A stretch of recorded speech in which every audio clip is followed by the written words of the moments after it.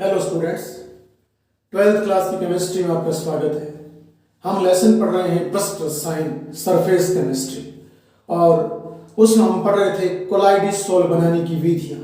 और कोलाइडिसोल बनाने की विधियों में हम लास्ट में पहुंच चुके थे संघनन विधियां, और संघनन विधियों का अंतिम भाग उभय अपघटन आज हम पढ़ेंगे।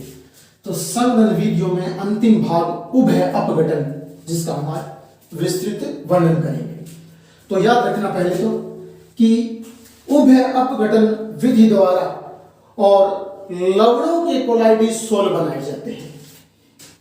लवणों के कोलाइडिसोल अगर आपको पूछे कि जो लवण होते हैं और लवणों का अगर हमें कोलाइडी विलयन बनाना पड़े तो कौन सी विधि काम में लेंगे, तो उभय अपघटन।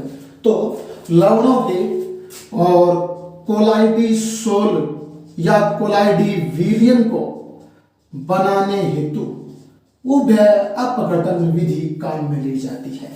लवणों के कोलाइडी विलयन बनाने हेतु उभय अपघटन विधि काम में ली जाती है। इसमें क्या होता है बताता हूं मैं। जैसे HgCN की होल ट्वाइस, इसे कहते हैं मर्क्यूरिक साइनाइड। क्या बोलते हैं? Mercuric cyanide. CN साइनाइड होता है, Hg मरकरी होती है, तो मर्क्यूरिक साइनाइड। और इसमें आप हाइड्रोजन सल्फाइड H2S गैस प्रवाहित कर दीजिए तो क्या होगा आप जानते हो, Hg धनावेशित होता है, CN ऋणावेशित होता है, इधर वाले में S सल्फर ऋणावेशित होता है और H2 धनावेशित होता है। तो इसका धनावेशित भाग इसके ऋणावेशित भाग के साथ संयोग कर लेगा और इसका धनावेशित भाग इसके ऋणावेशित भाग के साथ संयोग कर लेगा और यौगिक बना लेगा। तो इस प्रकार से हम यहाँ एरो के बाद देखना, Hg प्लस का है तो इधर वाला माइनस का कौन है? S सल्फर, तो यौगिक बनेगा HgS, जिससे बोलूंगा मर्क्यूरिक सल्फाइड। यहां मर्क्यूरिक साइनाइड है और हाइड्रोजन सल्फाइड है, यौगिक बन गया मर्क्यूरिक साइनाइड, जो कि एक लवण होता है, यानी एक लवण है और लवण का कोलाइडिसोल बन गया। और प्लस में यहां क्या बच गया, इधर देखना H बचा और CN बचा, तो इस प्रकार से यहां HCN लिख देंगे, ठीक है ना, यहां HCN आ जाएगा। और अब ध्यान देने वाली बात कि यहां देखिए, यहां CN 2 बार आ रहा है, यहां CN मात्र 1 बार है, तो आप यहां इस प्रकार से और 2 लगा दीजिए, तो अब यहां 2 CN हो गया, तो यहां भी 2 CN है। और यहां देखिए इस साइड में Hg 1 है तो Hg भी हमारा 1 है, सल्फर 1 है तो सल्फर भी 1 है, लेकिन H देखिए अकेला H परमाणु यहां 2 हो रहे हैं और CN यहां 2, तो यहां 2 हो रहे हैं, तो ये संतुलित हो गई। तो ये उभय अपघटन विधि द्वारा और आपके HgS का कोलाइडिसोल बनाने की विधि है। ठीक इसी प्रकार एक होता है CdO, जिसे हम कहते हैं कैडमियम ऑक्साइड। Cd कौन होता है? कैडमियम, और O लग गया पीछे तो ऑक्साइड बन गया, तो ये कैडमियम धातु का ऑक्साइड है, जिसे बोलते हैं कैडमियम ऑक्साइड। और इसमें भी आप H2S गैस प्रवाहित कर दीजिए और आप देखोगे, आप जानते हो Cd कैडमियम धनावेशित होता है, ऑक्सीजन ऋणावेशित होता है -2 वाला, और H2S में H2 प्लस वाला होता है, सल्फर माइनस वाला होता है। इधर वाले का प्लस इधर वाले के माइनस के साथ और इधर वाले के प्लस के साथ इधर वाला माइनस का जोड़ दीजिए और उत्पाद बन जाएगा। तो इस प्रकार से आप यहां देखोगे तो Cd के साथ S आ जाएगा, तो C और D और S, जिसे बोलेंगे कैडमियम सल्फाइड। यहां कैडमियम ऑक्साइड है, यहां बोलूंगा कैडमियम सल्फाइड, ये कोलाइडिसोल बन गया कैडमियम सल्फाइड का। प्लस में क्या बच गया देखना, इधर H2 है और यहां O है, H और O, तो कहने का अर्थ जल बन गया, ठीक है ना, H2O। अब देखते हैं कि संतुलित है या नहीं है। तो देखना कैडमियम 1, तो इधर उत्पाद में भी कैडमियम 1, सल्फर 1 तो सल्फर 1, हाइड्रोजन 2 तो इधर भी हाइड्रोजन 2, ऑक्सीजन उधर 1 तो इधर भी ऑक्सीजन 1, तो संतुलित है। इसी प्रकार अगली रिएक्शन और देखिए, जैसे हम AgNO3 सिल्वर नाइट्रेट को लें, इसे बोलते हैं सिल्वर नाइट्रेट। याद रखना, सिल्वर नाइट्रेट जिसे और अमिट शाही भी कहा जाता है। ये नए मिटने वाली शाही होती है। इलेक्शन में, चुनाव में जब हम वोट डालने जाते हैं तो हमारे नाखून पर और एक निशान करते हैं वो शाही का, और वो शाही तरल AgNO3, तो वो AgNO3 लगाते हैं हमारे इस नाखून के ऊपर, तो वो इसे बोलते हैं अमिट शाही, नए मिटने वाली शाही। अमिट शाही इसे बोलते हैं, अमिट शाही। तो AgNO3 अमिट शाही होती है, और इसमें आप पोटेशियम आयोडाइड अथवा पोटेशियम क्लोराइड, पोटेशियम ब्रोमाइड कुछ भी डाल लीजिए, यानी KCl, KBr, KI, KCl जो मर्जी आपकी वो डाल लीजिए, यानी धात्विक हैलाइड। धात्विक हैलाइड है ये। धात्विक हैलाइड में कोई सा भी हैलाइड ले लीजिए आप, KCl, KBr, KI, इनके साथ संयोग करा दीजिए, और वही प्रोसेस रहेगा कि इसका ये भाग धनावेशित, ये भाग ऋणावेशित, इधर वाले में ये भाग धनावेशित, ये भाग ऋणावेशित। अब इसका धनावेशित इसके ऋणावेशित के साथ, और इसका धनावेशित इसके ऋणावेशित के साथ संयोग करेगा, तो Ag के साथ कौन आएगा? I आ जाएगा। तो AgI silver iodide, silver iodide बन गया, ये कोलाइडिसोल बन गया, और प्लस में क्या बच गया? प्लस में पोटेशियम के साथ NO3, तो KNO3, KNO3 पोटेशियम नाइट्रेट बच गया, तो AgI का कोलाइडिसोल बन गया। इस प्रकार आप उभय अपघटन विधि में ध्यान रखना कि लवणों के कोलाइडिसोल बनाए जाते हैं। कोलाइडी विलयनों में पाई जाने वाली अशुद्धियों को एक आवश्यक सीमा तक कम करना कोलाइडिसोल का, कोलाइडी विलयन का शोधन कहा जाता है। और कोलाइडिसोल का शोधन करने हेतु 3 आवश्यक विधियां होती हैं, जिनको हम विस्तृत रूप में यहां पढ़ेंगे। पहली है अपोहन विधि। कौन से वाली? अपोहन विधि, जिसे कहते हैं डायलिसिस मेथड। अपोहन विधि जिसे कहते हैं डायलिसिस मेथड। तो डायलिसिस मेथड, अपोहन विधि। फिर उसके बाद 2 नंबर पर आती है विद्युत अपोहन विधि। कौन से वाली? विद्युत अपोहन विधि 2 नंबर पर आती है, विद्युत अपोहन विधि, जिसे कहते हैं इलेक्ट्रिक डायलिसिस। और फिर 3 नंबर पर आती है परानिस्यंदन। निस्यंदन याद रखना कि अल्ट्रा फिल्ट्रेशन, परानिस्यंदन, अल्ट्रा फिल्ट्रेशन जिसे हम बोलते हैं, अल्ट्रा फिल्ट्रेशन। तो अल्ट्रा फिल्ट्रेशन आप याद रखना, अल्ट्रा फिल्ट्रेशन बारीक तरीके से छानना, महीन रूप में छानना, बहुत सूक्ष्म तरीके से किसी को छानना परानिस्यंदन कहलाता है। तो विस्तृत रूप में अपोहन विधि, विद्युत अपोहन और परानिस्यंदन, इन तीनों विधियों को हम पढ़ेंगे और हमारे एग्जाम में भी पूछी गई है। तो पहले है अपोहन विधि। अपोहन विधि में एक पात्र लिया जाता है जिसमें जल प्रवाहित करने की और निष्कासित करने की व्यवस्था होती है। जिस कोलाइडी विलयन का हमें शोधन करना है, उस कोलाइडी विलयन को बना करके और जंतु झिल्ली से बने हुए एक थैले में भर लिया जाता है।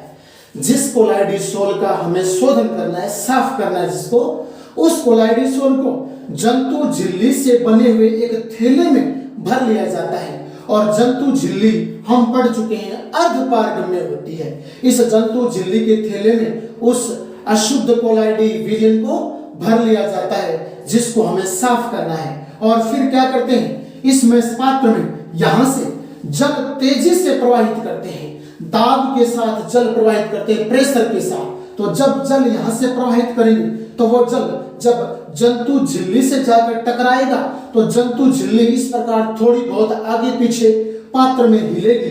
हिलने से क्या होगा, इसमें जो कोलाइडी कण है, कोलाइडी कणों का आकार तो बड़ा होता है, तो वो कोलाइडी कण तो जंतु झिल्ली में से विस्तृत नहीं हो पाएंगे। वो कोलाइडी कण जंतु झिल्ली के हिलने से और जंतु झिल्ली में से विस्तरित नहीं हो पाएंगे, यानी जंतु झिल्ली से पार नहीं हो पाएंगे। जबकि जो अशुद्धियां हैं, अशुद्धियों के कण छोटे होते हैं, तो वो कोलाइडी सोल में से वो अशुद्धियां और जंतु झिल्ली के हिलने से वो अशुद्धियां पानी में बाहर आती रहेंगी और पानी को हम तेजी से प्रवाहित करते रहेंगे। तो पानी तेजी से जब प्रवाहित होगा तो वो बाहर पात्र में आई हुई अशुद्धियों को वो पानी अपने साथ लेकर और बाहर निकल जाएगा।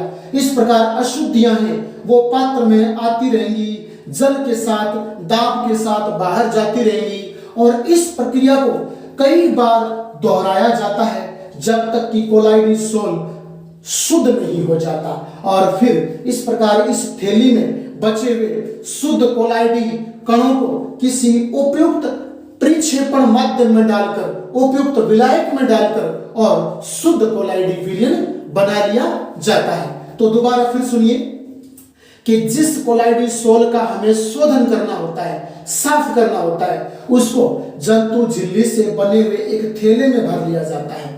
जंतु झिल्ली अर्धपारगम्य होती है, अतः यह कणों को और सेलेक्ट करके, चयन करके उनको और अंदर बाहर आने जाने देती है। तो जैसे ही हम दाब के साथ पात्र में जल प्रवाहित करेंगे तो तेजी से जाता हुआ जल जब जंतु झिल्ली से जाकर टकराएगा तो जंतु झिल्ली इस प्रकार थोड़ा बहुत हिलेगी। हिलने से और उसमें कोलाइडी कण है, उनका आकार तो बड़ा होता है, तो वो तो जंतु झिल्ली में से छन करके इस पानी में आएंगे नहीं, अर्थात कोलाइडी कण विस्तृत नहीं होंगे। जबकि जो अशुद्धियां हैं, अशुद्धियों के कण छोटे होते हैं, तो वो जंतु झिल्ली में से छन करके इस पात्र में, पानी में आ जाएंगे। और पानी क्या है, तेजी से प्रवाहित हो रहा है, तो यहाँ से प्रेशर के साथ पानी उन अशुद्धियों को अपने साथ ले जाएगा और पात्र से बाहर निकल जाएगा। इस प्रकार तेजी से जाता हुआ जल और निकलने वाली अशुद्धियों को बार बार बाहर की तरफ ले जाएगा और अंततः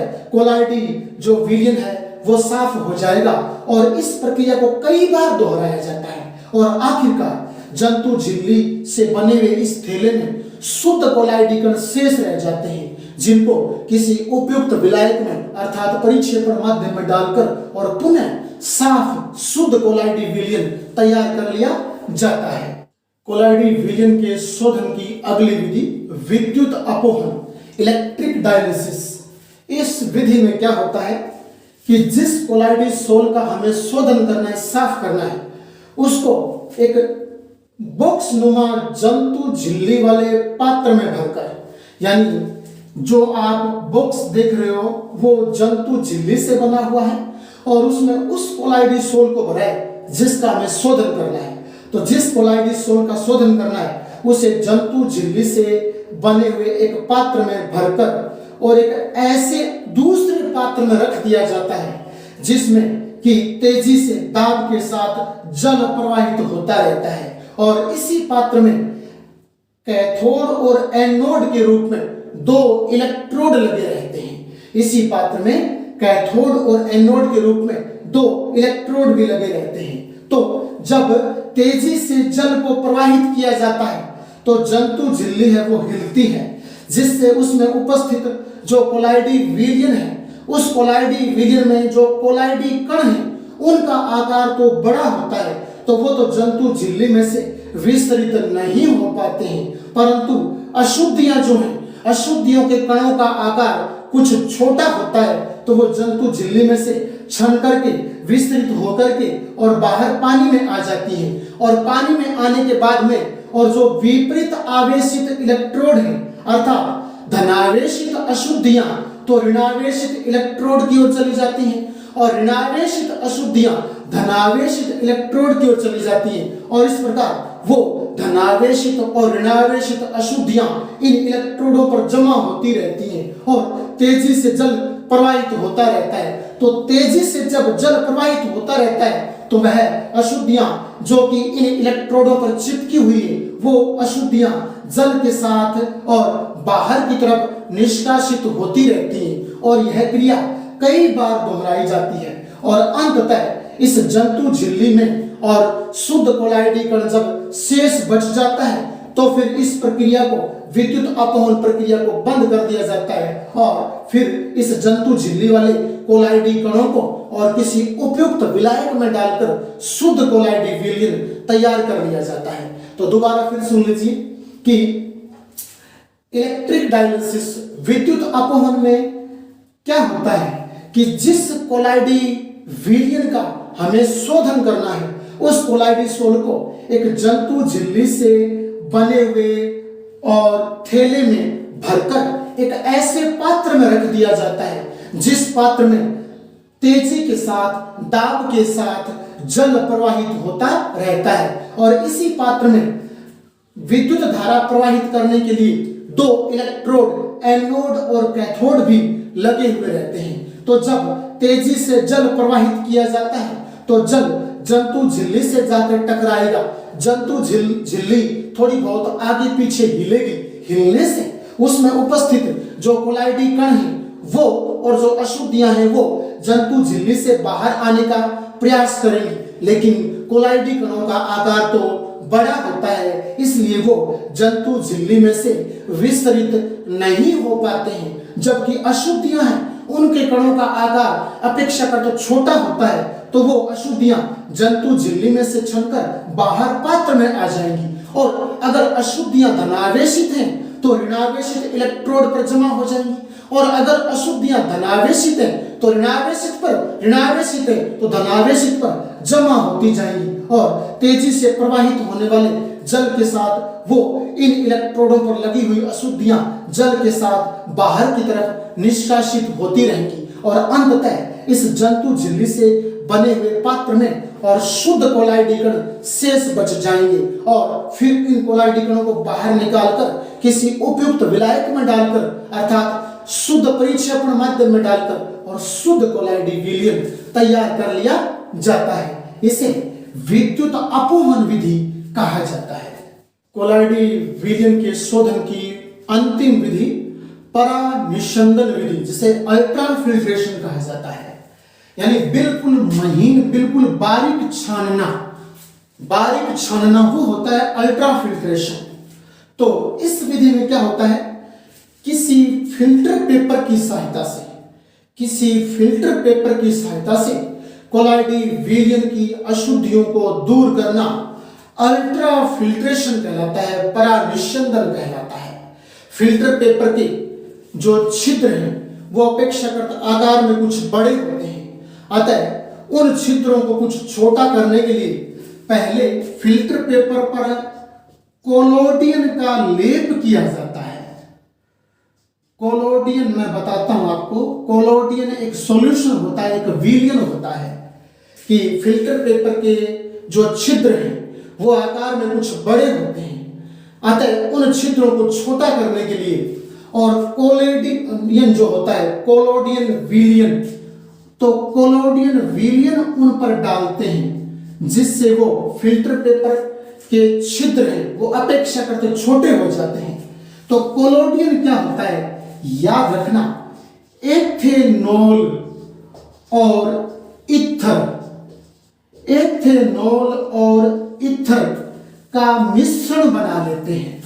ये एथेनॉल है, ये ईथर है, लेकर के दोनों तरल होते हैं पानी जैसे, एथेनॉल और ईथर को मिलाकर के मिश्रण बना लेते हैं और फिर उस मिश्रण में याद रखना 4% नाइट्रोसेलुलोज डाला जाता है। नाइट्रोसेलुलोज कितना परसेंट, 4% डाला जाता है और इस प्रकार एथेनॉल और ईथर के मिश्रण में जब 4% नाइट्रोसेलुलोज मिक्स कर लिया जाता है तो पूरा एक गाढ़ा विलयन बन जाता है जिसे कोलोडियन सॉल्यूशन कहते हैं। और इस कोलोडियन सॉल्यूशन को हम फिर फिल्टर पेपर के ऊपर लगाते हैं ताकि फिल्टर पेपर के छिद्र हैं वो आकार में कुछ छोटे हो जाएं और इस प्रकार फिल्टर पेपर के छिद्र हैं वो आकार में छोटे हो जाते हैं और फिर हम क्या करते हैं, ये कोलोडियन सॉल्यूशन उन फिल्टर पेपर पर जो हमने लगाया है वो स्थायी बना रहे, इसलिए हम फिल्टर पेपर पर ये कोलोडियन का लेप करने के बाद और फिल्टर पेपर को फॉर्मएल्डिहाइड HCHO। फॉर्मल्डिहाइड क्या होता है? HCHO, यानी फॉर्मल्डिहाइड के सॉल्यूशन में उस फिल्टर पेपर को डुबोकर कुछ समय के लिए फिर बाहर निकालकर धूप में रख देते हैं। यानी मेरी बात को गौर से सुनिए कि फिल्टर पेपर के जो छिद्र हैं उन छिद्रों को छोटा करने के लिए पहले हम कोलोडियन विलयन उस फिल्टर पेपर पर लगाते हैं। कोलोडियन विलयन क्या होता है? एथेनॉल और ईथर को पहले मिला लेते हैं, फिर उसमें 4% नाइट्रोसेलुलोज ऊपर से डालते हैं और फिर मिक्स कर लेते हैं। जो बन गया है सॉल्यूशन, मैं उसे बोलूंगा कोलोडियन विलयन। उस कोलोडियन विलयन को और फिल्टर पेपर के ऊपर लेप कर दिया जाता है और फिर फिल्टर पेपर के ऊपर उस कोलोडियन को हम स्थायी बनाए रखें, वो उसके ऊपर परमानेंट हो जाए। इस हेतु उस फिल्टर पेपर को और हम फॉर्मल्डिहाइड के विलयन में डुबोकर और बाहर निकालकर धूप में रख देते हैं, जिससे फिल्टर पेपर के जो छिद्र हैं वो आकार में छोटे हो जाते हैं। अब जिस कोलाइडी सोल को आपको साफ करना है, जिसका शोधन करना है, उस कोलाइडी सोल को आप लेकर के और फिल्टर पेपर के ऊपर डाल लीजिए और फिर उस फिल्टर पेपर को किसी पात्र पर रख लीजिए, किसी बर्तन पर रख लीजिए। किसी बर्तन पर फिल्टर पेपर रख लिया और अब फिल्टर पेपर के ऊपर आप उस कोलाइडी सोल को डाल दीजिए जिसका आपको शोधन करना है।